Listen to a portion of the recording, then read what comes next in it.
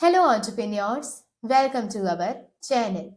So, we have started our series for class 12 VST previous year question paper series. So, now why this series is important? क्योंकि CBSE के कुछ favourite topics हैं और वो हर साल इन्हीं टॉपिक्स को रिपीट करता है. कभी एमसीक्यू, कभी डिस्क्रिप्टिव क्वेश्चन, कभी केस स्टडीज. पर हर बार यही टॉपिक्स ही क्वेश्चन में देखे जाते हैं. हर बार इन्हीं टॉपिक्स के बेसिस पर क्वेश्चंस बनाए जाते हैं. तो अगर आपने इस सीरीज को कंप्लीट किया, इस सीरीज में टोटल 5 इयर्स के क्वेश्चन पेपर को डिस्कस किया जाएगा और वो डिस्कशन काफी डिटेल में होगा.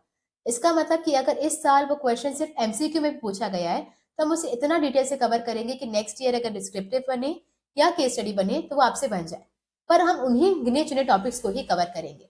तो अगर आपने ये 5 साल के पूरे जो प्रीवियस ईयर क्वेश्चन पेपर है उनकी पूरी डिटेल्स को आपने कवर किया है तो आई कैन एश्योर यू कि आपके इजीली 70 आउट ऑफ 80 आप स्कोर कर पाएंगे. दैट इज इजीली, क्योंकि यही टॉपिक्स हैं जो बार बार देखे जाएंगे.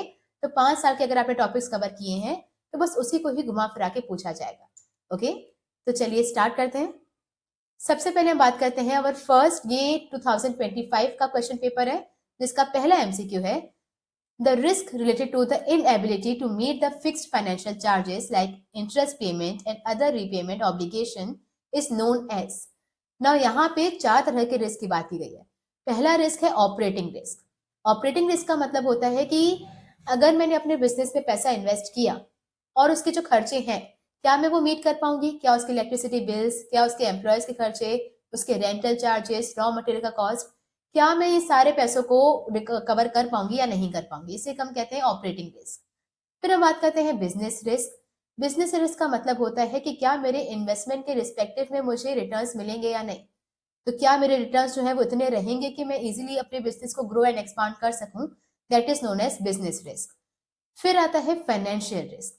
फाइनेंशियल रिस्क का मतलब होता है कि अगर मैंने किसी भी पर्सन से पैसा उधार में लिया, लोन लिया या फिर डेट लिया, तो क्या मैं उसका प्रिंसिपल अमाउंट और इंटरेस्ट वगैरह पे कर पाऊंगा या नहीं. तो risk related to the inability to meet fixed financial charges. मतलब अगर आपने किसी से फाइनेंस लिया हुआ है, उधार लिया हुआ है, तो उस पर जो आपके फिक्स चार्जेस जाते हैं जैसे कि इंटरेस्ट, वो आप पे कर पाओगे या नहीं कर पाओगे, इससे रिलेटेड जो रिस्क होता है उसे हम कहते हैं क्या, फाइनेंशियल रिस्क. तो आपके पास 3 तरह के रिस्क थे. ऑपरेटिंग रिस्क आपके इलेक्ट्रिसिटी और बाकी सारे खर्चों से रिलेटेड होता है. बिजनेस रिस्क प्रॉफिट से होता है. और फाइनेंशियल रिस्क होता है आपका इंटरेस्ट रिगार्डिंग रिस्क. तो इसका आंसर हो जाएगा बी. बढ़ते हैं आगे. सेकेंड, यहां पर आपसे पूछा गया the level of management at which Bimal Roy is working. तो यहाँ पे आपके कुछ फंक्शंस लिखे हुए हैं जो कि अलग अलग लेवल से रिलेटेड है. आपको आइडेंटिफाई करना है कि बिमल राय कौन से लेवल पे काम करता है. तो उससे पहले हम तीनों लेवल के बारे में बात कर लेते हैं. एक आपका होता है टॉप लेवल के फंक्शंस, मिडिल लेवल के फंक्शंस, बॉटम लेवल के फंक्शन. टॉप लेवल के सारे फंक्शंस को आप याद रखते हो with the trick mister OP was late in societies committee. Now M से हो जाएगा मिडिल लेवल की एक्टिविटीज को ऑर्गेनाइज करना. आर से रिसोर्सेज, जो भी रिसोर्सेज चाहिए जैसे कि एसेट्स, लैंड, बिल्डिंग, पैसा, सब कुछ उसे अवेलेबल करवाना. फिर आता है ऑब्जेक्टिव डिटरमाइन करना कि आपका बिजनेस क्या अचीव करना चाहता है. देन प्लान्स एंड पॉलिसीज, ये भी डिसाइड करना कि जो आप अचीव करना चाहते हो उसे एग्जैक्टली कब और कैसे अचीव करना है. Then welfare and survival of the organisation, पूरा बिजनेस लंबे टाइम तक सर्वाइव कर पाए और ग्रो एंड एक्सपांड करे, इसके लिए भी टॉप लेवल ही जिम्मेदार होता है. Then liaison with the outside world. Liaison का मतलब होता है उनके साथ रिलेशनशिप्स मेंटेन करके चलना, उनके साथ मीटिंग बिठाना या फिर एक अच्छे टर्म्स पे चलना ताकि वो आपके लिए कोई भी प्रॉब्लम क्रिएट ना करे. फिर इम्पैक्ट ऑन द सोसाइटी, आप जो प्रोडक्ट्स बेच रहे हो अगर वो सोसाइटी को कोई भी हार्म कर रहे हैं या आपकी इंडस्ट्री से निकलने वाला कोई भी पॉल्यूशन सोसाइटी के लिए कोई मेजर थ्रेट दे रहा है तो उसके लिए भी टॉप लेवल ही रिस्पॉन्सिबल होता है. फिर आता है कोऑर्डिनेशन.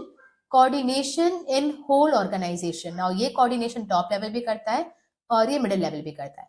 पर टॉप लेवल जो कोऑर्डिनेशन करता है वो सारे डिपार्टमेंट्स के बीच में करता है, जबकि मिडिल लेवल सिर्फ अपने डिपार्टमेंट और दूसरे डिपार्टमेंट के बीच में कोऑर्डिनेशन बिठाने का काम करता है. पूरी ऑर्गेनाइजेशन को कोऑर्डिनेट करता है टॉप लेवल, 2 डिपार्टमेंट के बीच में सिर्फ कोऑर्डिनेशन मेंटेन करता है मिडिल लेवल. फिर आता है बिजनेस एनवायरनमेंट. तो एनवायरनमेंट को स्कैन करना कि बाहर क्या चेंजेस आ रहे हैं और कैसे वो आपके बिजनेस को इम्पैक्ट करेंगे.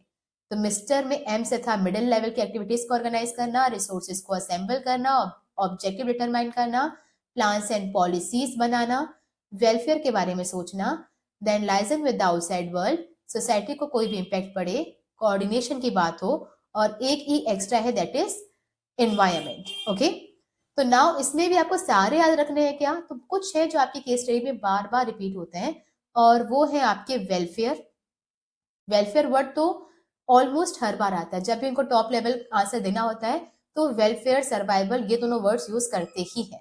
इसके अलावा सोसाइटी को इम्पैक्ट, इसके अलावा एनवायरमेंट, ठीक है, तो और या पूरे ऑर्गेनाइजेशन के बीच में कोऑर्डिनेशन, ये चार हैं जो इंपॉर्टेंट है, जो आपको याद होने चाहिए। तो सोसाइटी को कोई भी इम्पैक्ट पड़े तो टॉप लेवल जिम्मेदार है, एनवायरमेंट स्कैन करने के लिए जिम्मेदार है, पूरी ऑर्गेनाइजेशन के बीच में कोऑर्डिनेशन, वेलफेयर और survival of the organisation. Middle की बात करें तो मिडिल लेवल मैनेजर्स की जो ट्रिक है वो है लोअर डिपार्टमेंट एप मैरिड फर्स्ट लाइन कुकू। ना एप का मतलब होता है एक बंदर की प्रजाति होती है, और कुकू मतलब कोयल। तो लोअर डिपार्टमेंट बंदर ने शादी कर ली किससे? फर्स्ट लाइन कुकू के साथ। ओके, तो लोअर से हो जाएगा लोअर लेवल की एक्टिविटीज को ऑर्गेनाइज करना या उनकी इंटरप्रेट करना सारी पॉलिसीज। फिर डिपार्टमेंट से आ जाएगा अपने डिपार्टमेंट की एक्टिविटीज को ऑर्गेनाइज करना। एप से आ जाएगा अपॉइंटमेंट, जब भी लोगों की कमी हो जाती है ये अपॉइंट करते हैं। फिर आता है मैरिड से मोटिवेशन ऑफ द एम्प्लॉयज, जब भी कोई वर्कर काम नहीं करना चाहता है, कोई एम्प्लॉय काम नहीं करना चाहता है, तो उन्हें मोटिवेट करते हैं। फर्स्ट लाइन मैनेजर्स की एक्टिविटीज के लिए रिस्पॉन्सिबल होते हैं ना। हुआ the first line managers? Bottom level managers को ही कहते हैं फर्स्ट लाइन, क्योंकि वर्कर्स से डायरेक्टली ये डील करते हैं। तो अगर वो बॉटम लेवल मैनेजर्स कुछ भी गड़बड़ करते हैं तो उसके लिए मिडिल लेवल जिम्मेदार होता है। और फिर आता है cooperate with the other departments, तो दूसरे डिपार्टमेंट के साथ कॉपरेशन, मतलब ये दो डिपार्टमेंट के बीच में कोऑर्डिनेशन बिठाने का काम कौन करेगा? Middle level. तो लोअर जो लोअर लेवल मैनेजर्स होते हैं उनकी एक्टिविटीज को ऑर्गेनाइज करना, डिपार्टमेंट की एक्टिविटीज को ऑर्गेनाइज करना, अपॉइंटमेंट, मोटिवेशन, फर्स्ट लाइन के लिए रिस्पॉन्सिबल होते हैं, और कोऑर्डिनेशन। नाउ अगेन आपको सारे याद रखने हैं क्या? नहीं, दो इंपॉर्टेंट है डिपार्टमेंट। तो जब भी वो डिपार्टमेंट के बीच में कोऑर्डिनेशन या डिपार्टमेंट की बात करता है कि दो डिपार्टमेंट के बीच में कोऑर्डिनेशन चाहिए, तो मिडिल लेवल होगा। और दूसरा है फर्स्ट लाइन मैनेजर्स की एक्टिविटीज के लिए रिस्पॉन्सिबल होना। ये दोनों जो है वो है किसके हैं? मिडिल लेवल के। फिर आता है बॉटम लेवल के functions. Problem is wasting more loyalty in relationships. Problem is wasting more loyalty in relationships. Now problem से आएगा problem and grievances of workers. तो वर्कर्स को कोई भी प्रॉब्लम है, छुट्टी नहीं मिल रही है, घर में कोई प्रॉब्लम है, या फिर उनका एक्सीडेंट हो जा रहा है, कोई भी उनके प्रॉब्लम्स हैं, तो उसको पहुंचाएगा टॉप और मिडिल लेवल तक। फिर आता है interaction and instruction to the workforce. Workers के साथ इंटरेक्ट करना, बातचीत करना, उन्हें समझाना, इंस्ट्रक्शन देना, ये भी काम होता है बॉटम लेवल का। स्टैंडर्ड ऑफ क्वालिटी, वर्कर जो भी सामान बना रहे हैं वो अच्छी क्वालिटी का होना चाहिए, वर्कर सेफ रहने चाहिए, कोई भी रिसोर्सेज जैसे कि रॉ मटेरियल्स को वेस्ट ना करें। मोराल से, जब भी वर्कर्स काम करना नहीं चाहे तो उन्हें उनका मोराल बूस्ट करना, उन्हें हिम्मत देना, उनकी लॉयल्टी के लिए भी जिम्मेदार होते हैं। तो अगर आपके वर्कर्स आपके खिलाफ जा रहे हैं, दैट मीन्स बॉटम लेवल ने ठीक से काम नहीं किया। आई से वही इंटरेक्शन है, और रिलेशनशिप से relationship of workers with the top and middle level. तो प्रॉब्लम से हो जाएगा वर्कर्स की प्रॉब्लम के बारे में बात करना, उनके साथ इंटरेक्ट करना, उनकी सेफ्टी का ध्यान रखना, चीजों के स्टैंडर्ड, क्वालिटी स्टैंडर्ड का ध्यान रखना, वेस्टेज ना हो, मोराल बूस्ट करना, उनकी लॉयल्टी के लिए रिस्पॉन्सिबल है, और उनके साथ रिलेशनशिप मेंटेन करने के लिए रिस्पॉन्सिबल है। ना सारे याद करने हैं, तो वैसे 3-4 आप जो याद करना चाहें वो आप कर सकते हैं, लेकिन इसके अलावा ये वर्कर्स वर्ड जहां पर भी यूज किया जाए कि वर्कर्स के साथ इंटरेक्ट करते हैं, तो आपका आ जाएगा बॉटम लेवल मैनेजमेंट। इसके अलावा ज्यादा इसमें कुछ है नहीं।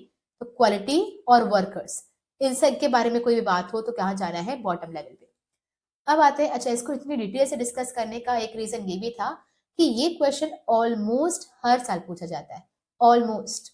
तो यहाँ पे कभी एमसीक्यू में आएगा, कभी किसी मैचिंग, मतलब वही एमसीक्यू में ही कॉलम्स मैच करने के लिए आएगा, या फिर किसी केस स्टडी या डायरेक्ट क्वेश्चन में, पर एक ना एक बार ये लेवल ऑफ मैनेजमेंट आता ही है। ओके, तब हम बात करते हैं Bimal Rice working in a funny bunny limited. The company manufactures games and toys for children. The basic task of Bimal Rai is to integrate diverse elements and coordinate the activities of different departments. He also analyzes the business environment and its implication for survival of the firm. The level of management at which Bimal Rai is working. तो यहाँ पे क्या है? अलग अलग department, मतलब बहुत सारे डिपार्टमेंट के बीच में कोऑर्डिनेशन बिठाने का काम। देन बिजनेस एनवायरमेंट को स्कैन करने का काम। Then survival of the firm, तो welfare and survival of the firm, कौन है इसके लिए जिम्मेदार? तो अभी हमने पढ़ा कौन है, टॉप लेवल मैनेजमेंट। ओके, बढ़ते हैं आगे। नेक्स्ट है third question, Salim and Karim are good friends. ना उसमें बताना क्या है, डायमेंशन ऑफ बिजनेस एनवायरमेंट। तो कुल मिला के कितने डायमेंशन होते हैं, 5, सोशल, इकोनॉमिक, पॉलिटिकल, लीगल और टेक्नोलॉजिकल। तो आपको बताना है कि इन पांचों में से कौन से डायमेंशन के बारे में यहाँ पे डिस्कशन किया गया है। ओके, तो Salim and Karim are good friends. They started a business of selling high quality seeds for growing organic vegetables. They are offering 200 varieties of vegetable seeds suitable for terrace gardens, balconies, and backyards. Due to the growing trend towards healthy consumption habits, there is a huge demand for their seeds. Now, कौन से dimension की बात चल रही है? Now, यहाँ पे हमने क्या देखा कि एक ट्रेंड चल रहा है, लोगों के बीच में एक डिमांड क्रिएट हो रही है, किसके लिए? हेल्दी कंजम्पशन नीड्स के लिए। तो पहले हम जंक फूड खाते थे और अब लोग चाहते हैं कि थोड़ा सा हेल्दी हैबिट्स में वो शिफ्ट कर जाए। तो यहाँ पे कौन से डायमेंशन की बात चल रही है? तो दिस इज सोशल डायमेंशन। ना सोशल डायमेंशन कैसे पता लगाओगे? उसकी एक ट्रिक है, रेड क्यू टी। आर से हो जाएगा रिजर्वेशन एंड विमेन, ई से हो जाएगा एजुकेशन एंड हेल्थ, डी से हो जाएगा डिमांड एंड ट्रेंड, क्यू से हो जाएगा quality of life and attitude of customer, and T से हो जाएगा ट्रेडिशन एंड फेस्टिवल। ठीक है, तो इसके रिगार्डिंग अगर बात हो रही है तो ये क्या हो जाएगा, सोशल डायमेंशन। तो सोसाइटी में कुछ डिमांड है, कोई ट्रेंड है, एजुकेशन लेवल है, विमेन की बात हो रही है या फिर किसी फेस्टिवल की बात हो रही है, तो दैट इज सोशल डायमेंशन। ना इकोनॉमिक में क्या क्या आता है, इंटरेस्ट रेट या फिर investment rate, money, national income, ये सारी फिस्कल पॉलिसी, मॉनेटरी पॉलिसी किसमें आती है, इकोनॉमिक में। पॉलिटिकल में क्या आता है, Swachh Bharat Abhiyan, skill India movement, political parties, political ideologies, ये सब। लीगल में आते हैं rules, regulations, act, laws, orders, judgments, ये सब आते हैं आपके लीगल में। और इवन अगर किसी एक्ट वगैरह की बात हो तो भी वो लीगल है। फोर्थ की बात करते हैं, अगर इसमें आपको बताना क्या है, what is the marketing function being discussed by the marketing manager. तो मार्केटिंग फंक्शन के बारे में बताना है, और मार्केटिंग फंक्शंस होते हैं बहुत सारे। ओके, तो ये सारे क्या है, मार्केटिंग फंक्शंस है। ना उसको याद रखने की ट्रिक है, goat makes perfect sandwiches but sheep can't. Goat make perfect sandwiches but sheep can't. ना गोट, जी से हो जाएगा gathering and analysing market information. तो यहाँ पे हम स्वॉट एनालिसिस करते हैं ये पता लगाने के लिए कि मार्केट को क्या चाहिए और हमारी क्या स्ट्रेंथ है, हमारी क्या वीकनेसेस है, क्या अपॉर्चुनिटीज है और क्या थ्रेट्स है। एम से आता है मार्केट प्लानिंग। तो यहाँ पे हम प्लान करते हैं कि अभी हमारा शेयर मार्केट में कितना है और हम कितना एक्सपांड करना चाहते हैं और how we are going to make it. फिर आता है परफेक्ट से 5 पीज है। फर्स्ट परफेक्ट में एक पी नहीं है, 5 पीज है। तो पहला तो आपका हो जाएगा पैकेजिंग, और उसके बाद जो मार्केटिंग के 5 पी होते ही हैं, प्रोडक्ट, प्राइस, प्लेस और प्रमोशन। तो पैकेजिंग एंड लेबलिंग भी इसमें आता है कि अपने प्रोडक्ट की पैकेजिंग आप कैसे करोगे, क्या लेबलिंग होगी। देन प्रोडक्ट डिजाइनिंग, मार्केट में अपना होल्ड जमाने के लिए आपके पास कोई प्रोडक्ट या सर्विसेज होने चाहिए। तो डिसाइड करना कि आपका कौन सा प्रोडक्ट होगा, कौन से साइजेस, कौन से फीचर्स, कितने फ्लेवर्स वगैरह में वो आएगा। फिर आता है पी से प्राइसिंग, आपके प्रोडक्ट की प्राइस कितनी होगी, ना कम ना ज्यादा, इतनी प्राइस होनी चाहिए कि सब लोग उसे अफोर्ड भी कर पाए, और इसके अलावा वो मतलब आपकी अच्छी क्वालिटी को भी एश्योर कर पाए। फिर आता है पी से प्रमोशन एंड सेलिंग, कि आप एग्जैक्टली उसे कैसे प्रमोट करने वाले हो, कैसे आप टेलीविजन पे ऐड दोगे, सेल्स प्रमोशन करोगे, कैसे उसे कम्युनिकेट करोगे टू द अदर कस्टमर्स कि वो उसे खरीद ही लें। और फिर आता है फिजिकल डिस्ट्रीब्यूशन, कितने इंटरमीडियरीज को आप हायर करोगे, होलसेलर, रिटेलर, एजेंट, कैसे अपना प्रोडक्ट आप वहां तक पहुंचाने वाले हो। तो गोट मेक्स परफेक्ट 5 भी हो गए। देन आता है सैंडविचेस, एड से हो जाएगा स्टैंडर्डाइजेशन एंड ग्रेडिंग। आपको क्या करना है, जो भी आप प्रोडक्ट बना रहे हो वो हर बार एक ही क्वालिटी का, एक जैसी क्वालिटी का बनना चाहिए। और इन केस उसे हम कहते हैं स्टैंडर्डाइजेशन। और इन केस स्टैंडर्डाइजेशन अचीव ना हो पाए तो उसकी ग्रेडिंग कर दो। अगर आप चाहकर भी सबको एक जैसा नहीं बना पाते हो तो जो बहुत अच्छा है उसकी ग्रेडिंग अलग करो, उसकी कैटेगरी अलग डिवाइड कर दो, और जो थोड़ा कम अच्छा है इसको अलग कैटेगरी में डिवाइड कर दो। या फिर ग्रेडिंग आपकी अलग अलग टाइप्स या फ्लेवर्स की भी हो सकती है, जैसे dairy milk, silk, Babli, almonds, ये सब बहुत सारे अलग अलग तरह के आते हैं, तो सबकी कैटेगरीज अलग अलग डिवाइड कर दो, उसे कहते हैं ग्रेडिंग। फिर आता है सैंडविच के बाद बट, बी से होता है ब्रांडिंग, उसकी एक यूनिक आइडेंटिफिकेशन सिंबल मार्क और उसका नेम देना जो उसकी पहचान बनेगा। देन आता है एस से शीप से हो जाएगा स्टोरेज एंड वेयर हाउसिंग, उसे तब तक स्टोर करके रखो जब तक उसकी मार्केट में डिमांड नहीं आ जाती, और स्टोर करने के बाद शीप, बट शीप कांट, ना कांट में CAN अलग है और टी जो है वो कैपिटल है। कैंट से हो जाएगा कस्टमर सपोर्ट सर्विसेज, मतलब उन्हें सामान बेचने के बाद भी अगर वो जो प्रोडक्ट है वो गारंटी वारंटी पीरियड के अंदर है तो उसकी आफ्टर सेल सर्विसेज देना, उन्हें होम डिलीवरी सर्विस देना, क्रेडिट फैसिलिटीज देना, अलग अलग तरह की सर्विसेज कस्टमर को देना। और फिर आता है टी से ट्रांसपोर्टेशन, कैसे आप उस प्रोडक्ट को कस्टमर तक पहुंचाने वाले हो इसके बारे में डिस्कशन करना। तो यहाँ पे था कि मार्केटिंग फंक्शन, कौन से मार्केटिंग फंक्शन के बारे में डिस्कस किया गया है। तो Sridhan wanted to purchase an electric car. He visited a retail showroom of a car company where these cars were displayed. The marketing manager of this showroom told Sridhan that the company offered credit facilities, maintenance services, and many other services that can help bringing the repeat sales and developing brand loyalty for their cars. Now यहाँ पर आपको क्या देना है, उन्हें उधार services देनी है, मेंटेनेंस सर्विसेज देनी है और भी कई सारे तरह की सर्विसेज देनी है ताकि आप उनसे रिपीट सेल ले सको। तो ये इंश्योर करता है कि एक कस्टमर जो आपके पास पहली बार आया है वो सिर्फ आपके पास ही, आपके अलावा कहीं नहीं जाए। इसके लिए आपको क्या देना होता है उन्हें, कस्टमर सपोर्ट सर्विसेज। ओके, तो यहाँ पे कस्टमर सपोर्ट सर्विसेज की बात की गई है। बढ़ते हैं आगे। Then fifth question is what which of the following statement is correct with respect to exchange mechanism? Now exchange mechanism का मतलब होता है लेन देन करना। तो बायर और सेलर जब भी आपस में कुछ भी चीजें या फिर पैसों का लेन देन करते हैं तो इसे कहते हैं एक्सचेंज मैकेनिज्म। ना इसके लिए क्या क्या जरूरी होता है, कम से कम दो पार्टीज हो, एक जो कि अगर आपको लेन देन करनी है तो कम से कम दो पार्टीज होना चाहिए, एक बायर और एक सेलर। दूसरा, दोनों के पास कोई ऐसी चीज होनी चाहिए which is valuable for each other. तो मेरे पास, अगर मैं सेलर हूं तो मेरे पास कोई ऐसा प्रोडक्ट होना चाहिए जो कि बायर को चाहिए और उसके पास उतने पैसे होने चाहिए जो मुझे चाहिए। तो दोनों के पास कुछ चीजें होनी चाहिए which is valuable for each other. दोनों ही पार्टीज फ्री होनी चाहिए इधर टू एक्सेप्ट द ऑर्डर और रिजेक्ट द ऑर्डर। तो हम पर कोई फोर्सफुली हमसे कोई मनवा नहीं रहा कि नहीं आपको ये डील साइन करनी पड़ेगी। हम दोनों ही इंटरेस्टेड भी हैं और हम दोनों फ्री भी हैं ये डिसाइड करने के लिए कि हमें ये कॉन्ट्रैक्ट साइन करना है या नहीं करना। तो ये कुछ एसेंशियल्स होते हैं एक्सचेंज मैकेनिज्म के। पहला ये बोल रहा है कि it is necessary there should be involvement of at least 3 parties, कम से कम 3 पार्टीज होनी चाहिए। नो, कम से कम 2 पार्टीज होनी चाहिए।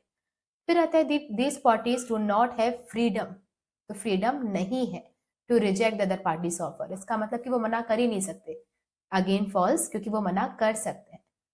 फिर आता है the acceptance of offer for each party has to take place on the basis of compulsion, इसका मतलब दोनों पार्टीज के लिए कंपलसरी होना चाहिए कि उन्हें जो ये ऑफर है वो एक्सेप्ट करना ही पड़ेगा। नो, इट इज ऑप्शनल, वो चाहे तो एक्सेप्ट करें चाहे तो नहीं करें। Last, for an exchange it is necessary that each party should be capable of offering something of value to each other, तो उनके पास कुछ ऐसा वैल्यूएबल होना चाहिए जो दूसरे को वो ऑफर कर सकें। ट्रू, तो इन चारों में से कौन सा स्टेटमेंट ट्रू होगा, फोर्थ स्टेटमेंट। बढ़ते हैं आगे। Which of the one of the following responsibilities of an aware consumer is to buy only standardized goods as they provide quality assurance? Identify the quality certification mark to be seen by a consumer in the picture given below. तो यहाँ पे आपको दिख रही है एक iron और इसमें कई सारे ऐसे स्टैंडर्डाइज्ड मार्क होते हैं जो कि एश्योर करते हैं कि आपका जो प्रोडक्ट है वो अच्छी क्वालिटी का है या नहीं। तो जिसमें से जो ISI मार्क होता है वो इलेक्ट्रिकल गुड्स पे दिया जाता है या फिर इंडस्ट्रियल गुड्स पे दिया जाता है। तो जो इलेक्ट्रिसिटी से चलने वाले गुड्स होते हैं या मशीन्स होती हैं, इस पे मिलता है ISI मार्क। हॉलमार्क मिलता है गोल्ड की ज्वेलरीज पर। ओके, एग मार्क मिलता है एग्रीकल्चरल प्रोडक्ट्स जैसे कि व्हीट, राइस, ऐसे एग्रीकल्चर प्रोडक्ट्स में मिलता है एग मार्क। और FPO मार्क मिलता है पैकेज्ड फूड पर, जैसे कि चिप्स का पैकेट, कुरकुरे का पैकेट, इस पे क्या होता है, FPO मार्क। तो यहाँ पे हमें क्या दिख रहा है, एक आयरन जो कि एक इलेक्ट्रिकल अप्लायंस है, तो इस पे क्या मिलेगा, ISI मार्क ना। क्योंकि इसमें पिक्चर थी तो एक ऑप्शन में एक और क्वेश्चन था, but only for the visually impaired students, जिनको ठीक से दिखाई नहीं देता। तो इसमें क्या है, Madhu wants to buy jewellery for her daughter's marriage, तो ज्वेलरी पे कौन सा मार्क लगेगा, हॉलमार्क। बढ़ते हैं आगे। Which of the following is not a protective function of security and exchange board of India. तो कुल मिला के सेबी के 3 तरह के फंक्शंस होते हैं, प्रोटेक्टिव फंक्शन, डेवलपमेंट फंक्शन और तीसरा regulatory function. Now protective function होते हैं फॉर द इन्वेस्टर्स, कि जो भी इन्वेस्टर ने पैसा लगाया है वो कहीं डूब ना जाए या कंपनी कोई फ्रॉड ना कर दे, इसके लिए क्या लगते हैं, प्रोटेक्टिव फंक्शंस। नाउ ये प्रोटेक्टिव फंक्शंस इतने तरह के होते हैं। पहला इसमें आता है प्राइस रिगिंग को चेक करना। प्राइस रिगिंग का मतलब होता है अननेसेसरी अपने शेयर्स के प्राइसेस की डिमांड शेयर्स की डिमांड बढ़ाते जाना ताकि उसके प्राइसेस इंक्रीज होते जाए विदाउट एनी रीजन। ना कंपनी ग्रो कर रही है, ना कंपनी की ब्रांचेस बढ़ रही हैं, ना कोई अच्छा काम हो रहा है, बस बिना मतलब अननेसेसरी हमने इसकी डिमांड क्रिएट कर दी ताकि उसके प्राइसेस बढ़ते जाए। सेम जैसे हर्षद मेहता स्कैम में हुआ था, तो ये नहीं होना चाहिए। Prohibit insider trading. अगर कंपनी के किसी इंसाइडर पर्सन के पास कोई ऐसी इंफॉर्मेशन है जिसका वो यूज करके अपने पर्सनल बेनिफिट को के लिए यूज कर सकता है, अपने किसी रिलेटिव की बेनिफिट के लिए अगर वो यूज कर रहा है उसे, तो उसे प्रोहिबिट करना। फिर आता है prohibit fraudulent and unfair trade practices. यहाँ पर वो प्रोहिबिट करते हैं कि बिना मतलब की कोई भी ऐसी प्रैक्टिस आप नहीं करो जिससे इन्वेस्टर की इंटरेस्ट को नुकसान हो। जैसे आपने कोई भी फ्रॉड इन्फॉर्मेशन स्प्रेड कर दी कि सो एंड सो पर्सन हमारे साथ कोलैबोरेट करने वाले हैं, और ये सुनते ही आपके शेयर के प्राइस बढ़ते गए, जबकि ऐसा था ही नहीं, ऐसा होने नहीं वाला था। तो ये क्या है, अनफेयर ट्रेड प्रैक्टिसेस। फिर आता है SEBI undertakes steps to educate the investor. तो इन्वेस्टर को एजुकेट करने का भी काम करते हैं, कहाँ पैसा लगाना है, कहाँ नहीं लगाना है, क्या चीज़ें ध्यान में रखनी है, ये सारी चीज़ें उन्हें सिखाते हैं ताकि वो अपनी इन्वेस्टमेंट सही जगह पे कर सके। और वो फेयर प्रैक्टिसेस को प्रमोट करते हैं, कोड ऑफ कंडक्ट को इंश्योर करते हैं कि आप सही तरीके से वहाँ पे सारे लोग काम करें। तो यहाँ पर कौन सी इसमें से प्रोटेक्टिव फंक्शन नहीं है, तो prohibition of fraudulent and unfair trade practices, ये तो हमने देखा कि ये तो प्रोटेक्टिव फंक्शन होता है कि अनफेयर ट्रेड प्रैक्टिसेस को रोकना। देन आता है controlling insider trading and imposing penalties for such practices. तो इनसाइडर ट्रेडिंग को कंट्रोल करना ये भी इसका प्रोटेक्टिव फंक्शन ही है। Promotion of fair practices and code of conduct, तो फेयर प्रैक्टिसेस को प्रमोट करना, कोड ऑफ कंडक्ट को प्रमोट करना, ये भी हमारा प्रोटेक्टिव फंक्शन है। Undertaking measures to develop capital markets by adapting flexible approach. Now flexibility लाना, flexibility कैसे आती है, ऑनलाइन सिस्टम को प्रमोट करना ताकि आप घर बैठे ही शेयर्स खरीद सके और बेच सके, ये भी सेबी का फंक्शन है, लेकिन ये डेवलपमेंटल फंक्शन है, ये प्रोटेक्टिव फंक्शन नहीं है। तो ये चौथा जो पॉइंट है वो हमारे प्रोटेक्टिव फंक्शन में नहीं आता है। ओके, फिर हम बात करते हैं नेक्स्ट 9th क्वेश्चन। इसमें दिया हुआ है असर्शन एंड रीजन, और वो बच्चे जो इसमें बहुत कंफ्यूज हो जाते हैं उनके लिए हैक ये है कि आप पहले रीजन रीड करें और फिर आप असर्शन रीड करें, तो आपके माइंड में एक पिक्चर क्लियर हो जाएगी कि सही बोल रहा है कि गलत बोल रहा है। तो रीजन क्या है, if the raw materials do not have a record of uninterrupted availability, higher stock levels will be required. तो अगर आपके पास किसी भी रॉ मटेरियल का बहुत अच्छा या बिना रुकावट वाला सप्लाई नहीं है, तो आपको बहुत सारा स्टॉक एडवांस में ही प्रिपेयर करके रखना पड़ेगा। दैट मीन्स अगर आपको हर टाइम पर रॉ मटेरियल इजीली अवेलेबल नहीं हो पाता है, तो आपको पहले से ही हाई स्टॉक मेंटेन करना पड़ेगा। ट्रू, इसलिए larger the lead time, larger is the quantity of material required to be stored, larger will be the amount of working capital requirement. तो जब आपको स्टॉक बहुत ज़्यादा रिक्वायर्ड होता है तो आपको उसे खरीदने के लिए वर्किंग कैपिटल रिक्वायरमेंट भी ज़्यादा होगी। तो क्योंकि अगर वो स्टॉक आपको इजीली अवेलेबल नहीं है तो ज़्यादा स्टॉक खरीदना पड़ेगा, इसलिए अगर स्टॉक ज़्यादा लग रहा है तो पैसा भी ज़्यादा लगेगा। तो both are true and R is the correct explanation of A. तो option number D will be correct. Now working capital requirement क्या होता है, capital required to acquire the current asset. Stock inventory को एक्वायर करने के लिए जो पैसा रिक्वायर्ड होता है उसे हम कहते हैं वर्किंग कैपिटल रिक्वायरमेंट। बढ़ते हैं आगे। 10th, which of the following statement is correct about personal selling? Now personal selling promotion हमारे मार्केटिंग चैप्टर का है। मार्केटिंग चैप्टर में एक पी है, दैट इज प्रमोशन। प्रमोशन के अंदर आता है advertisement, sales promotion, personal selling, public relation. तो इसमें पर्सनल सेलिंग क्या होता है, इसके फीचर्स हैं पर्सनल इंटरेक्शन। यहाँ पे जो सेल्स पर्सन होता है वो हर एक कस्टमर से पर्सनली बातचीत करता है और उसे प्रोडक्ट का डिमॉन्स्ट्रेशन करके दिखाता है। फिर आता है टू वे कम्युनिकेशन, यहाँ पे जो सेलर होता है वो भी उनसे कम्युनिकेट कर सकता है और even the buyer can also ask the inquiries, तो वो भी कम्युनिकेट, टू वे कम्युनिकेशन यहाँ पे होता है। बेटर रिस्पॉन्स, अगर ये एडवर्टीजमेंट होती या फिर कोई सोशल मीडिया में ऐड चल रही होती तो हम रील को स्क्रॉल कर सकते थे, पर अगर कोई पर्सन आपके सामने खड़े होकर उसका डिमॉन्स्ट्रेशन कर रहा है तो आप मुंह पर गेट थोड़ी बंद कर सकते हो, तो यहाँ पे आपको रिस्पॉन्स बेटर मिलता है। फिर आता है बेटर कन्विंसिंग। यहाँ पर जो सेल्स पर्सन होता है वो अपने फीचर्स को मॉडिफाई कर सकता है according to the need of the customer. तो अगर आप कोई शैम्पू बेच रहे हो, आपको दिख रहा है कि सामने वाले के बाल बहुत छोटे हैं, तो आप कहोगे इससे ग्रोथ बहुत अच्छी होगी। अगर आपको दिख रहा है कि उसके बाल वाइट है तो आप कहोगे कि इससे तो हेयर ब्लैक हो जाते हैं। अगर आपको दिख रहा है कि इसमें डैंड्रफ ज़्यादा है तो आप बोलोगे इससे तो डैंड्रफ चला जाता है। तो इजीली आप उसके फीचर्स को मॉडिफाई कर सकते हो उनकी नीड के अकॉर्डिंग। और रिलेशनशिप, क्योंकि यहाँ पे 1-to-1 कम्युनिकेशन हो रही है तो इसीलिए सेल्स पर्सन को एक एडवांटेज होता है कि वो कस्टमर के साथ पर्सनल रिलेशनशिप बना के चलते हैं, ताकि वो जो रैंडम कस्टमर था वो उसका परमानेंट या रेगुलर कस्टमर बन जाए। ठीक है, तो यहाँ पे उसके फीचर्स में उसने कहा है कौन सा करेक्ट स्टेटमेंट है। It is an impersonal form of communication. No, it is a personal form of communication. Impersonal का मतलब क्या होता है कि वो पर्सन सामने नहीं बैठा, एडवर्टीजमेंट के थ्रू, न्यूज़पेपर के थ्रू वो इम्पर्सनली कम्युनिकेट कर रहा है। जैसे हम और आप अभी कैसे कर रहे हैं, इम्पर्सनल कम्युनिकेशन कर रहे हैं। आप और मैं सामने आमने सामने नहीं बैठे हैं, दूर बैठे, दैट इज इम्पर्सनल। तो that is wrong. Personal selling does not allow a sales person to develop personal relationships. तो वो पर्सनल रिलेशनशिप बनाने नहीं देता है, अगेन फॉल्स, बनाने देता है। फिर यहाँ पे ओरल रिप्रेजेंटेशन होता है, ट्रू। और ये शॉर्ट टर्म इंसेंटिव है, गलत। शॉर्ट टर्म इंसेंटिव कौन सा होता है, क्योंकि 50% of, by one get one free, ये सारे ऑफर्स होते हैं और ये किसके अंदर कवर होते हैं, सेल्स प्रमोशन के अंदर। तो पर्सनल सेलिंग शॉर्ट टर्म के लिए नहीं होता है, ये हमेशा चलता रहता है। तो इन चारों में से करेक्ट स्टेटमेंट कौन सा होगा, personal selling involves oral presentation, C option. Okay, बढ़ते हैं आगे। 11th, again assertion and reason. पहले रीड करेंगे reason. Coordination act as binding force between the departments and ensures that all action is aimed at achieving the goal of organization. तो coordination सारे departments को आपस में बांध के रखता है ताकि उन सबके एक्शंस एक ही डायरेक्शन में आ पाए towards the achievement of goal.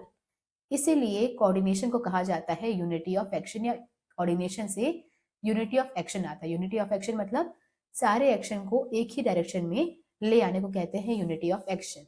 तो both are true and R is the correct explanation. क्योंकि वो डिपार्टमेंट्स को बाइंड करता है इसलिए उनके एफर्ट्स एक डायरेक्शन में आते हैं, इसीलिए उससे यूनिटी ऑफ एक्शन इंश्योर होती है। Both are true and R is the correct explanation, option number A. फिर बात करेंगे 12th, in an informal organisation authority arises from. अगर आपका ऑर्गेनाइजेशन इनफॉर्मल है, इनफॉर्मल मतलब फ्रेंडशिप्स यहाँ पे होती है ना, जहाँ पे कोई भी किसी से बात कर सकता है, जहाँ पे काम की बातें नहीं होती हैं, सिर्फ गॉसिप्स होती हैं, र्यूमर्स होते हैं, तो फ्रेंडशिप की बात चल रही है। तो फ्रेंडशिप में किसके पास कितनी पावर होगी ये कौन डिसाइड करेगा, their virtue of position in the management, कि मैनेजमेंट की किस पोजीशन पे है, सीईओ है या फिर वर्कर है या फिर मैनेजर है या वर्क परचेस मैनेजर वगैरह है, ये डिसाइड करेगा क्या, no. Companies rules and policies, company बताएगी कि आपके फ्रेंडशिप में किसकी चलेगी या किसकी नहीं चलेगी, नहीं। स्केलर चेन होती ही नहीं है। Personal qualities of a employees, तो आपकी पर्सनल क्वालिटीज, आप इंट्रोवर्ट हो एक्सट्रोवर्ट हो, ये डिसाइड करता है कि आपकी फ्रेंडशिप में किसकी ज्यादा चलेगी और किसकी नहीं चलेगी। फिर आता है 13th, आपको आइडेंटिफाई करना है the step of controlling process. तो कंट्रोलिंग की कौन से स्टेप की बात की गई है, under which the production manager decided to revise the standards. ना अभी हमें पढ़ने की जरूरत ही नहीं है, उसने क्या कहा कि कौन सा स्टेप आपको चाहिए होगा स्टैंडर्ड्स को रिवाइज करने के लिए। स्टैंडर्ड रिवाइज करने का मतलब क्या होता है कि अगर बार बार आपने जो टारगेट सेट किया है वो अचीव नहीं हो पा रहा है और आपको लग रहा है कि जो आपने टारगेट सेट किया था वो ही कुछ ज्यादा ही अचीव सेट कर लिया था, कि एक ही दिन में पूरी टीएस ग्रेवाल खत्म कर देंगे, है ना, ऐसा कुछ टारगेट था, तो आप क्या करते हो, अपने टारगेट को दोबारा रिवाइज करते हो, उसे दोबारा से कम या ज्यादा एडजस्ट करते हो। तो ये कौन से स्टेप में करते हो।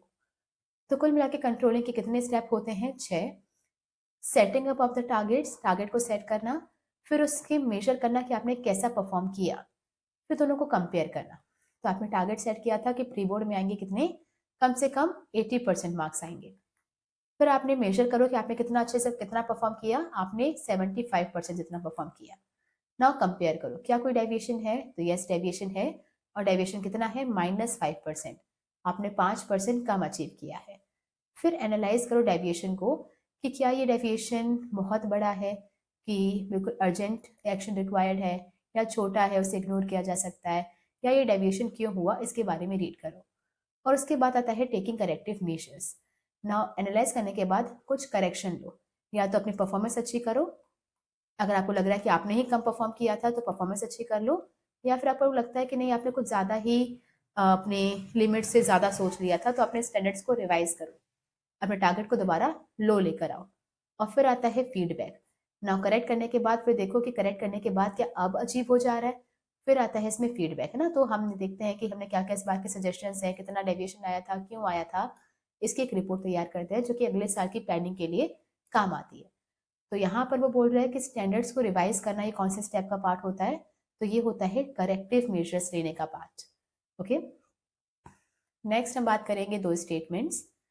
स्टेटमेंट 1 कहता है motivation is a complex process as individuals are heterogeneous in their expectation, perceptions and reaction. तो किसी को मोटिवेट करना बहुत ही कॉम्प्लेक्स मतलब डिफिकल्ट काम है, क्योंकि हर एक पर्सन की एक्सपेक्टेशन, उनके रिएक्शंस, उनकी नीड्स वगैरह अलग अलग होती है। तो ट्रू, किसी को मोटिवेट करना आसान नहीं है, क्योंकि हर किसी का बिहेवियर, हर किसी के नीड्स या उनकी एक्सपेक्टेशन अलग अलग है। Then motivation can be positive और नेगेटिव, अगेन ट्रू। पॉजिटिव भी होता है कि अगर आपने मेरा ये काम कर लिया तो आपको ये रिवॉर्ड दिया जाएगा। नेगेटिव भी होता है कि अगर काम नहीं किया तो पनिश किया जाएगा। दोनों तरह के मोटिवेशन होते हैं, बोथ आर ट्रू। तो both statement 1 and 2 are true. ना कुल मिला के मोटिवेशन के कितने फीचर्स होते हैं? 5, जिसको आप याद रखोगे विद द ट्रिक। पापा please give cold drink. Now पापा पी से हो जाएगा साइकोलॉजिकल फिनोमिना। तो मोटिवेशन एक साइकोलॉजिकल या इंटरनल फीलिंग है which can not be forced. तो मैं आपको फोर्स नहीं कर सकती कि फटाफट 2 मिनट है आपके पास, जल्दी से मोटिवेट हो जाओ। It can not be done. फिर आता है positive as well as negative. आपने ये काम किया तो रिवॉर्ड, नहीं किया तो पनिशमेंट। दोनों तरह से मोटिवेट किया जाता है। गोल ओरिएंटेड मोटिवेशन हमेशा गोल को अचीव करने के लिए दिया जाता है, और अगर किसी पर्सन को आपने मोटिवेटेड कर दिया है तब बार बार उसे सुपरवाइज करने की भी जरूरत नहीं है कि वो ठीक से काम कर रहा है कि नहीं कर रहा। ऑटोमेटिकली उसका हर एक एक्शन गोल के लिए ही होगा। कॉम्प्लेक्स, किसी को मोटिवेट करना आसान नहीं है, बहुत डिफिकल्ट जॉब है, क्योंकि मोटिवेशन डिपेंड करता है नीड के ऊपर कि आपको किस चीज़ की ज़रूरत है, वही आपको मोटिवेट करेगा। और किसी और पर्सन की नीड को एनालाइज कर पाना इज़ वेरी डिफिकल्ट। फिर आता है डायनामिक एंड कंटिन्यूस। एक ही तरीके का मोटिवेशन बार बार काम नहीं करता है, तो मोटिवेशन का तरीका बदलना पड़ता है। और ऐसा नहीं कि आपने एक बार किसी को मोटिवेट किया तो जिंदगी भर मोटिवेट रहेगा। आपको कंटिन्यूस मतलब बार बार एक इंटरवल के बाद आपको उसे दोबारा मोटिवेट करना पड़ेगा। तो पापा please give cold drink, psychological phenomena, positive as well as negative, goal oriented. Then cold से हो जाएगा कॉम्प्लेक्स, ड्रिंक से हो जाएगा डायनामिक एंड कंटिन्यूस। 15, इसमें क्या पूछा गया है? Importance of business environment discussed above। Now कौन सी इंपॉर्टेंस की बात चल रही है, तो उससे पहले हम बात करेंगे कि कितने तरह की इंपॉर्टेंस होती है ऑफ बिजनेस एनवायरनमेंट। तो बिजनेस एनवायरनमेंट की 6 इंपॉर्टेंस हैं जिसको आप याद रख सकते हो with the trick tip tap. Now T से हो जाएगा threats, identifying the threats and early warning signals. तो जब आप बिजनेस एनवायरनमेंट को स्कैन करते हो तो इन फ्यूचर अगर कोई खतरा है जो आपको फेस करना पड़ सकता है तो उसके बारे में आपको एडवांस में ही इंफॉर्मेशन मिल जाती है। ना इस इंफॉर्मेशन का आप यूज़ कर सकते हो अपने फर्म को एडवांस में ही प्रिपेयर करने के लिए, ताकि वो जो थ्रेट है उसे आप इजीली मैनेज कर पाओ। फिर आता है आई से identifying opportunities and get the first mover advantage. अगर आपने बिजनेस एनवायरनमेंट को स्कैन किया है तो आपको कुछ अपॉर्चुनिटीज के बारे में पहले से ही पता चल जाता है, और अगर आप उस पर एक्ट करते हो तो आपको मिलता है फर्स्ट मूवर एडवांटेज। तो वो पर्सन जिसने पहली बार कोई कदम उठाया, स्टेप उठाया है, उसे दूसरों के कंपैरिजन में ज़्यादा प्रॉफिट्स मिलेंगे। For example WhatsApp. तो व्हाट्सएप पहली ऐसी ऐप थी जिसने आइडेंटिफाई किया कि लोगों को कॉल के अलावा भी मैसेज वगैरह टेक्स्ट करने में या चैटिंग करने में इंटरेस्ट हो सकता है। तो ये पहली ऐसी ऐप बनी। अब इसके बाद कई सारी और भी ऐप्स बनी, लेकिन जो जगह आज व्हाट्सएप की है और किसी की नहीं है। इसे कहते हैं फर्स्ट मूवर एडवांटेज। फिर आता है पी से प्लानिंग एंड पॉलिसी मेकिंग। इसमें आपके इन्वायरमेंट अगर आप स्कैन करते हो तो आपको एडवांस में पता चल जाता है कि कौन से प्रोजेक्ट में पैसा लगाना चाहिए, कौन कहाँ पैसा बढ़ने वाला है और कहाँ नहीं बढ़ने वाला। तो नॉर्मली हम कहते हैं ना गोल्ड और सिल्वर के साथ कि स्कैन करते रहो कि किसके प्राइस बढ़ रही है, ताकि आप आइडेंटिफाई कर सको कि कहाँ लगाना है, कहाँ नहीं लगाना है। Tapping and assembling resources environment को स्कैन करके आपको डिमांड के बारे में पता चलता है कि लोग क्या डिमांड कर रहे हैं और उन प्रोडक्ट्स को बनाने के लिए आपको कौन कौन से रॉ मटेरियल्स रिक्वायर्ड रहेंगे, और ये अगर आप पता लगा लो तो आप उसे इजीली टैप मतलब अरेंज कर पाते हो। फिर आता है ए से adjust and adapt with the rapid changes. जब भी इन्वायरमेंट में कोई चेंज आएगा, सिमिलर चेंजेस अपने बिजनेस में भी इंट्रोड्यूस करने रहेंगे। तो ये एनालाइज करना बहुत इंपॉर्टेंट है कि एग्जैक्टली कौन से चेंजेस आपके इन्वायरमेंट में हो रहे हैं। पी से परफॉर्मेंस। एक पर्सन जिसने इन्वायरमेंट को प्रॉपरली स्कैन किया है, उसकी परफॉर्मेंस या जो प्रिपरेशन है वो हमेशा ही उस पर्सन के कंपैरिजन में अच्छी रहेगी जिसने अच्छे से परफॉर्म नहीं किया या जो प्रिपेयर्ड नहीं था। ओके, जैसे अगर आप प्रीवियस ईयर क्वेश्चन पेपर को एनालाइज कर रहे हो, आप इन्वायरमेंट को स्कैन कर रहे हो कि कैसे क्वेश्चंस आ रहे हैं, अगर आपने प्रॉपरली स्कैन किया तो आपकी परफॉर्मेंस उन सारे लोगों से कहीं ज़्यादा अच्छी होगी जिसने ये स्कैन नहीं किया है। ओके, इसके बेसिस पर आपको बताना है कि कौन सी इंपॉर्टेंस के बारे में यहाँ पे डिस्कस हो रहा है। Alpha Graphics Limited was a reputed Indian company which had been in business for many years. The chief executive officer of the company, Rohit Gupta, always believed in understanding the business environment as well as responding and adapting to it. When he found that a foreign multinational company, Lenographic, is entering the Indian market with new substitutes, he prepared to meet this threat by reducing cost and creating good quality and aesthetically appealing layouts, advertisement, logos, etc. As a result, Alpha Limited was not only able to retain its own customers but also started to getting new projects. The point of importance of business environment discussed above is, तो जब उसे पता चला कि कोई foreign multinational company enter करने वाली है सब्सटीट्यूट के साथ, और अगर वो आ गई तो उसके प्रॉफिट गिर सकते हैं, तो उसने इस थ्रेट को एनालाइज किया और उसके बाद फिर अपने कॉस्ट को रिड्यूस किया, अच्छी क्वालिटी की कुछ अच्छी एडवर्टीजमेंट लेआउट्स तैयार किए जिसकी वजह से वो अपने कस्टमर को रिटेन कर पाया। तो क्या हुआ ये? Identifying threats and early warning signals. Okay ना, क्योंकि एमसीक्यू है तो आपको ये कुछ वर्ड्स यहाँ पे दिख जाते हैं जिससे काम और आसान हो जाता है, बट हम फिर भी डिटेल से कवर कर रहे हैं क्योंकि कोई गारंटी नहीं कि नेक्स्ट टाइम ये एमसीक्यू में ही आएगा। हो सकता है कि उसकी कोई केस स्टडी बन जाए और आपको 6 मार्क में 4 मार्क में वो पूछ ले, तो आपको कंप्लीट तरीके से टॉपिक कवर हो जाना चाहिए। Next 16th, organizing provides a clear description of jobs and related duties. This helps to avoid confusion and duplication. Which point of importance of organizing is described? तो now organizing की importance की trick है read special relationship change growth of a person.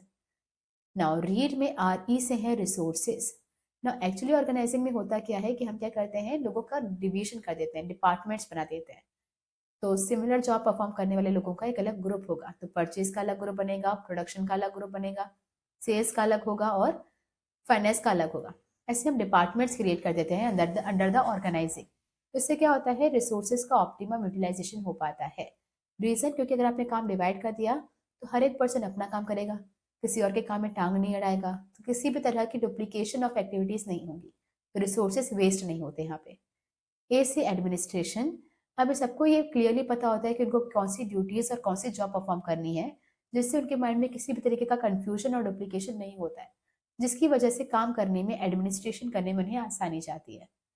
Specialisation, रोजाना अगर आपने काम divide कर दिया है, अभी रोजाना एक पर्सन उसी काम को बार बार परफॉर्म करेगा तो उसमें एक्सपर्ट स्पेशलाइज्ड हो जाएगा। फिर आता है रिलेशनशिप से क्लैरिटी इन वर्किंग रिलेशनशिप। यहाँ पे सबके माइंड में ये क्लियर होता है कि who is superior to whom, तो कौन किसके अंडर काम कर रहा है और किसको रिपोर्ट देनी है, किससे रिपोर्ट लेनी है, सिर्फ वर्किंग रिलेशनशिप्स क्लियर होते हैं। फिर आता है अडॉप्शन टू द चेंज। जब भी एक्सटर्नल एनवायरनमेंट में कोई भी चेंज आएगा तो उसे यहाँ पर इंट्रोड्यूस करना आसान हो जाएगा क्योंकि डिपार्टमेंट्स डिवाइडेड है। तो अगर मान लो कोई चेंज आ रहा है सिर्फ सेल्स डिपार्टमेंट के अंदर, तो बाकी तीनों डिपार्टमेंट को चेंज करने की जरूरत नहीं है या फिर इफेक्ट करने की जरूरत नहीं होगी। तो यहाँ पे आप सिर्फ चेंजेस को उसी डिपार्टमेंट में इंट्रोड्यूस कर सकते हो जिसको उस चेंज से फर्क पड़ेगा। फिर आता है ग्रोथ ऑफ द कंपनी।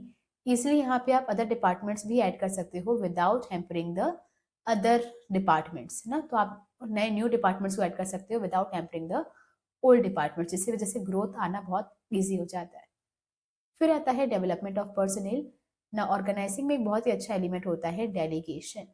इसका मतलब है कि जब आपको लगे कि आप पर वर्कलोड बढ़ गया है तो अपने काम का एक हिस्सा आप किसी और को ट्रांसफर कर दो, उसे कहते हैं डेलीगेशन। और जब भी आप ये डेलीगेशन करते हो तो आपका जूनियर, आपका सबॉर्डिनेट को मौका मिलता है कि वो आपके किसी काम को या आपकी स्किल्स को सीख पाए, जिससे उनको डेवलपमेंट के चांसेस बढ़ जाते हैं। तो यहाँ पे इसने क्या कहा है कि जॉब्स और ड्यूटीज का क्लियर डिस्क्रिप्शन होता है माइंड में, जिसकी वजह से किसी भी तरीके की कंफ्यूजन और डुप्लीकेशन नहीं आता है।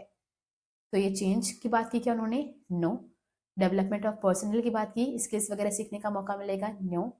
ग्रोथ एंड एक्सपांशन की बात की? नो। क्या हो जाएगा? Effective administration. जब सबके माइंड में क्लियर होता है उन्हें क्या काम करना है तो एडमिनिस्टर करना आसान होता है। फिर आता है 17th, दो स्टेटमेंट्स हैं again.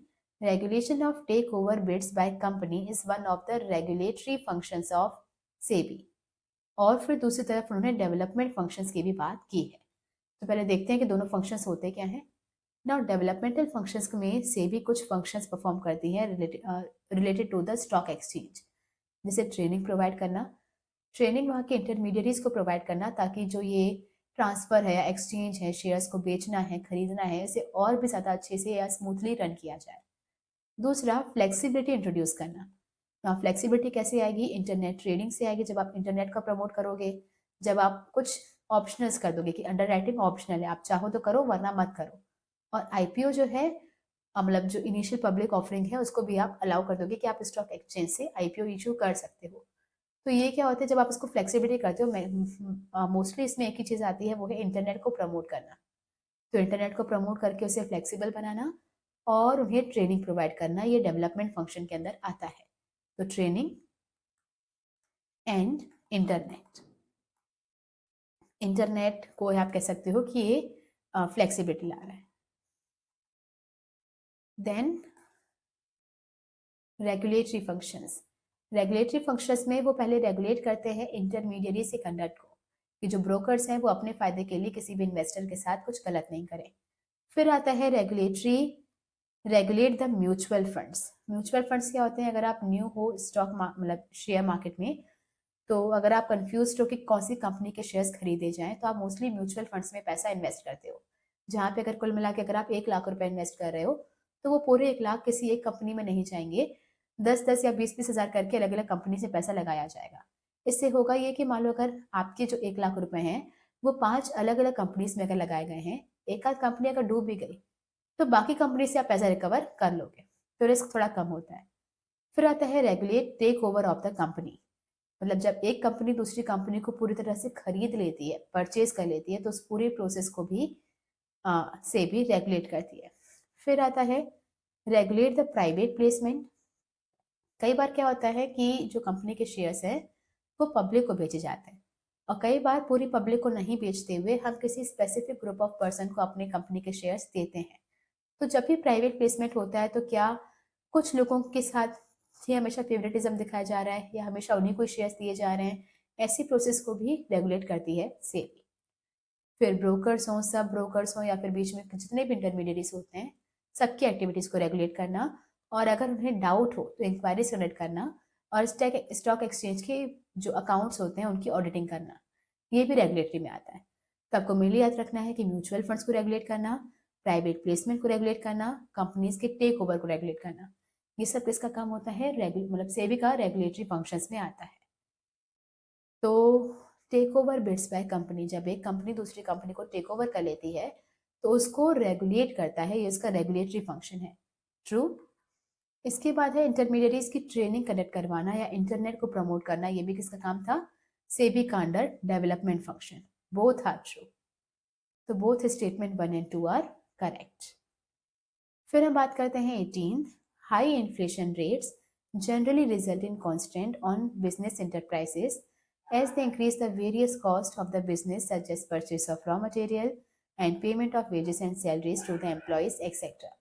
The dimension of business environment referred to above is now inflation rate, investment rate, money, income, banking, physical policy, monetary policy, ये सब किसके टॉपिक्स हैं? इकोनॉमिक एनवायरनमेंट के। सोशल के क्या थे? रेड क्यूटी। ना reservation, women, education, health, demand, trend, quality of life, attitude, then टीसी ट्रेडिशन एंड फेस्टिवल। फिर आपका आता है टेक्नोलॉजी में, जब भी वो किसी हार्डवेयर, सॉफ्टवेयर या फिर किसी रोबोट की बात करें, ऑनलाइन बुकिंग की बात करें, तो वो टेक्नोलॉजिकल। पॉलिटिकल में पॉलिटिकल पार्टीज, पॉलिटिकल स्टेबिलिटी, स्वच्छ Bharat Abhiyan, skill India movement या किसी भी मूवमेंट की बात हो तो पॉलिटिकल। ओके, फिर हम बात करते हैं, यहाँ पे आपके पास मैचिंग है, कॉलम 1 को कॉलम 2 के साथ मैच करना है। तो हम पहले कॉलम 2 को रीड करेंगे। किसका मेन फोकस है क्वालिटी को बेटर बनाना, परफॉर्मेंस को अच्छा करना और प्रोडक्ट के फीचर्स को प्रमोट करना। तो एक ही वर्ड पे फोकस करते हैं कि कौन सी फिलॉसफी जो है, कौन सी फिलॉसफी है जो कि क्वालिटी पर फोकस करती है। दैट इज प्रोडक्ट फिलॉसफी या प्रोडक्ट कॉन्सेप्ट। ना ये मार्केटिंग वाले चैप्टर से है, जहाँ पे कुल मिला के 5 फिलॉसफीज होती हैं: प्रोडक्शन, प्रोडक्ट, सेलिंग, मार्केटिंग और सोसाइटल। प्रोडक्ट पॉलिसी कहता है या फिलॉसफी कहती है कि प्रोडक्ट में दम होना चाहिए, अच्छी क्वालिटी का होना चाहिए। प्रोडक्शन कहता है कि इतना सारा बनाओ एक साथ में ताकि कॉस्ट कम लगे और खर्चा कम लगेगा, मतलब सस्ता पड़ेगा तो हर कोई इसे खरीद लेगा। तो सामान सस्ता होना चाहिए और हर जगह पे अवेलेबल होना चाहिए। सेलिंग कॉन्सेप्ट कहता है कि डजेंट मैटर आपने क्या बनाया, बस आपको वो बेचने आना चाहिए। तो आपके अंदर इतनी कन्विंसिंग या मैनिपुलेशन पावर होनी चाहिए कि आप सामने वाले को कन्विंस कर ही लो एनी हाउ। एग्रेसिवली आप उन्हें बताओ कि आपको ये प्रोडक्ट खरीदना ही चाहिए ताकि आपका प्रोडक्ट बिक जाए। मार्केटिंग कहता है कि नहीं, जो आप बना रहे हो वो मत बेचो, आप एक्जैक्टली वही बनाओ जो कस्टमर को चाहिए। तो आप एनालाइज करो कि कस्टमर की क्या नीड्स हैं, क्या वांट्स हैं, और उससे मिलता जुलता ही प्रोडक्ट आप उन्हें बनाओ और वही उन्हें ऑफर करो। सोसाइटल कहता है कि हर बार जो कस्टमर मांगे वो उसे देना जरूरी नहीं होता। तो अगर आप ये देखो, अगर जो वो मांग रहा है अगर वो वाकई में सोसाइटी के लिए यूजफुल है तो उन्हें दो। दैट मीन्स अगर वो ड्रग्स मांग रहा है, एल्कोहल मांग रहा है, गन्स या फिर एसिड वगैरह मांग रहा है, तो ये सारी डिमांड्स पूरी नहीं की जानी चाहिए। तो क्वालिटी पे किसका फोकस होता है? प्रोडक्ट। देन सेटिस्फेक्शन, कस्टमर जो मांगे उसे वो दे दो, ये कौन कहता है? Marketing. Then main focus on aggressively persuading, buyer को बस कैसे भी तरीके से मना लेना कि जो आपके पास है वो खरीद ही ले, तो एग्रेसिवली उन्हें परसुएड करना, ये selling concept. Main focus in is on satisfaction of customer needs along with the societies wellbeing, तो सोसाइटी की वेलबींग का ध्यान में रखते हुए इनको सेटिस्फाई करना, दैट इज सोसाइटल कॉन्सेप्ट। तो 1, देन 3, 2, 4, 1, 3, 2, 4, D option will be correct. Next 20th, यहाँ पे आपको बताना है the nature of management highlighted in the above case. कौन सा नेचर ऑफ मैनेजमेंट की बात चल रही है? तो मैनेजमेंट के 3 तरह के नेचर होते हैं: as art, as science, as a profession. ना आपको इसमें बताना है कि कौन से नेचर की बात चल रही है। तो Sadhana, a graduate of reputed institute of management, is a successful manager. She applies her acquired knowledge in personalized and skillful manner in difficult situations at work. She uses her imagination and creativity in handling these situations. The aspect of nature of management highlighted in the above case is, तो यहाँ पे 3 चीज़ों की बात चल रही है: personalised and skilful manner and imagination and creativity. तो ये बताता है management as an art. Art में 3 फीचर्स होते हैं। पहला, सिस्टमैटिक बॉडी ऑफ नॉलेज। ये कहता है कि आर्ट की बुक मटेरियल्स या स्टडी मटेरियल्स मार्केट में अवेलेबल हैं, जिसको रेफर करके आप आर्ट के बारे में नॉलेज गेन कर सकते हो। जैसे कितने टाइप्स ऑफ डांसेस हैं, कितने राग्स होते हैं, कितने सुर होते हैं, इस पर कई सारी किताबें पब्लिश्ड हैं। तो आप इन्हें पढ़कर इनके बारे में नॉलेज गेन कर सकते हो। फिर आता है दूसरा, personalised application. Now basic knowledge तो सबके पास वही वैसी ही होती है, बट नाउ ये पर्सन टू पर्सन डिफर करता है कि आप उसको किस तरीके से प्रेजेंट करते हो या किस तरीके से आप उसे यूज कर सकते हो। तो आप उन्हीं प्रिंसिपल्स को अपने तरीके से अप्लाई कर सकते हो। जैसे अरिजीत सिंह और टोनी कक्कर, दोनों को ही राग सुर की उतनी ही नॉलेज है, पर दोनों ही जो अप्लाई करते हैं वो अलग अलग तरीके से करते हैं। किसी का अप्लाई करने का तरीका कुछ और है, किसी का कुछ और है, जिसे हम कहते हैं पर्सनलाइज्ड एप्लीकेशन। फिर आता है तीसरा, based on practice and creativity. आप जितनी ज़्यादा उसकी प्रैक्टिस करोगे आप उतने ज़्यादा उसमें अच्छे होते जाओगे, और जब प्रैक्टिस करना छोड़ दोगे तो उसमें खराब होते जाओगे। जितना क्रिएटिविटी यूज करोगे उतना वो इम्प्रूव होगा, और क्रिएटिविटी यूज नहीं किया तो फिर बोरिंग हो जाएगा, फिर कोई नहीं सुनेगा। ठीक है, तो ये क्या दिखाता है? As a art. तो तीनों जो चीजें थी, पर्सनलाइज्ड, क्रिएटिविटी, ये सारी चीजें किसमें आती हैं? आर्ट में। फिर आता है the principle of management can be modified by the managers when the situation so demands. The feature of principle of management discussed above is. तो ये सारे ही मैनेजमेंट के प्रिंसिपल्स हैं, क्या कहते हैं, प्रिंसिपल के फीचर्स हैं। पहला है जनरल गाइडलाइंस। तो प्रिंसिपल्स जो होते हैं वो जनरल गाइडलाइंस होते हैं, जो आपको एक रफ आइडिया देते हैं कि आपको किस वे में मूव करना है। ये किसी भी प्रॉब्लम का परमानेंट सॉल्यूशन नहीं देते हैं। जैसे for example, stability of tenure. ये एक प्रिंसिपल है जो ये कहता है कि वर्कर्स को बहुत फ्रीक्वेंटली मत निकालो, आप उसका जो टाइम पीरियड है उसको थोड़ा सा कांस्टेंट रखो, बट एग्जैक्टली कितने महीने के बाद निकालें ऐसा नहीं बताता। तो एक जनरली आपको एक रोड मैप देता है, बट परमानेंट सॉल्यूशन नहीं देता कि आपको इसको एज इट इज ऐसे ही फॉलो करना पड़ेगा, नो। फिर आता है फ्लेक्सिबल। आप उसे कभी भी चाहो तो चेंज कर सकते हो, उसको एज इट इज फॉलो करना ही पड़ेगा, जरूरी नहीं है। जैसे आपका डिविजन ऑफ वर्क, तो जरूरी नहीं कि आप हर काम को डिवाइड कर ही दो, कुछ काम को डिवाइड करो, कुछ को मत करो। जैसे सेंट्रलाइजेशन एंड डिसेंट्रलाइजेशन, जरूरी नहीं है कि आप हर बार सेंट्रलाइज करके चलो या हर बार डिसेंट्रलाइज करके चलो, कभी करो कभी मत करो। तो यहाँ पे कुछ चीजें हैं जो आपको अपने मन से आप मॉडिफाई कर सकते हो, तो ये फ्लेक्सिबल है। फिर आता है कंटिजेंट। कुछ प्रिंसिपल्स हैं जो कुछ केसेस में कभी अप्लाई हो ही नहीं पाएंगे। जैसे अगर आपकी एक सोल प्रोप्राइटरशिप, एक दुकान है जहाँ पे अकेले आप ही काम करते हो, तो यहाँ पे डिविजन ऑफ वर्क हो ही नहीं सकता, यहाँ पे डिसेंट्रलाइजेशन पॉसिबल ही नहीं है, या फिर यहाँ पे एस्पिरेट द कॉप्स पॉसिबल नहीं है। तो कुछ प्रिंसिपल्स कुछ सिचुएशन में अप्लाई नहीं होते। फिर है मेनली बिहेवियरल। ये आपके बिहेवियर को चेंज करने में हेल्प करता है, ताकि जो मैनेजर्स हैं और जो वर्कर्स हैं वो आपस में अच्छे से रह सके। जैसे इनिशिएटिव का प्रिंसिपल है, जैसे कोऑपरेटिव कोऑपरेशन नॉट इंडिविजुअलिज्म, या हार्मनी नॉट डिस्कॉर्ड, ये उनके बिहेवियर को चेंज करने में हेल्प करता है। तो चारों इसके फीचर हैं, लेकिन यहाँ पर उसने कहा है कि मैनेजमेंट का प्रिंसिपल मॉडिफाई किया जा सकता है अगर आप चाहो तो ये कौन सा है? फ्लेक्सिबिलिटी। ओके, सो यहाँ पर हमारे एमसीक्यूज खत्म होते हैं। हालांकि हमने इसको सिर्फ एमसीक्यू की तरह नहीं पढ़ा था, हमने काफी डिटेल में उसकी डिस्कशन किया था, क्योंकि ये आप अगर जो भी 2024, 23, 22 के जब आप क्वेश्चन सॉल्व करोगे तो आप देखोगे कि सेम ही टॉपिक वहां पे पूछे गए हैं। बस कभी वो 6 मार्क के क्वेश्चन में पूछे गए हैं, कभी डिस्क्रिप्टिव, कभी केस स्टडी, पर सेम टॉपिक्स रहे हैं। तो अभी के लिए, आज के लिए इसको इतना ही रखते हैं। इसके बचे हुए क्वेश्चंस को हम नेक्स्ट क्लास में या नेक्स्ट लेक्चर में डिस्कस करेंगे। अगर आपको ये सीरीज अच्छी लग रही है, पसंद आ रहा है, कुछ समझ में आ रहा है, तो please like, share and subscribe. और कोई भी सजेशंस हैं, कुछ कंप्लेंट्स हैं, तो please let us know in the comment section. आपके सजेशन हमारे लिए बहुत वैल्यूएबल हैं, तो please let us know. Thank you.